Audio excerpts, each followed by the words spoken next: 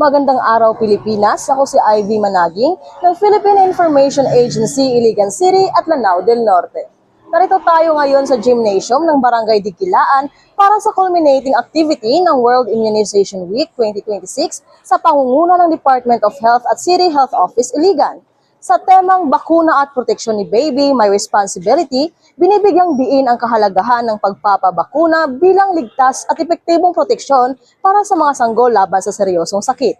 Paalala sa mga magulang, sundin ang vaccination schedule, bumisita sa health center at kumpletuhin ang lahat ng bakuna.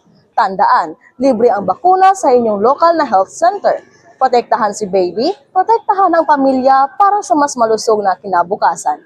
Para sa iba pang update, tutok lang sa PIA Iligan City at Lanao del Norte at iba pang Integrated State Media o ISM.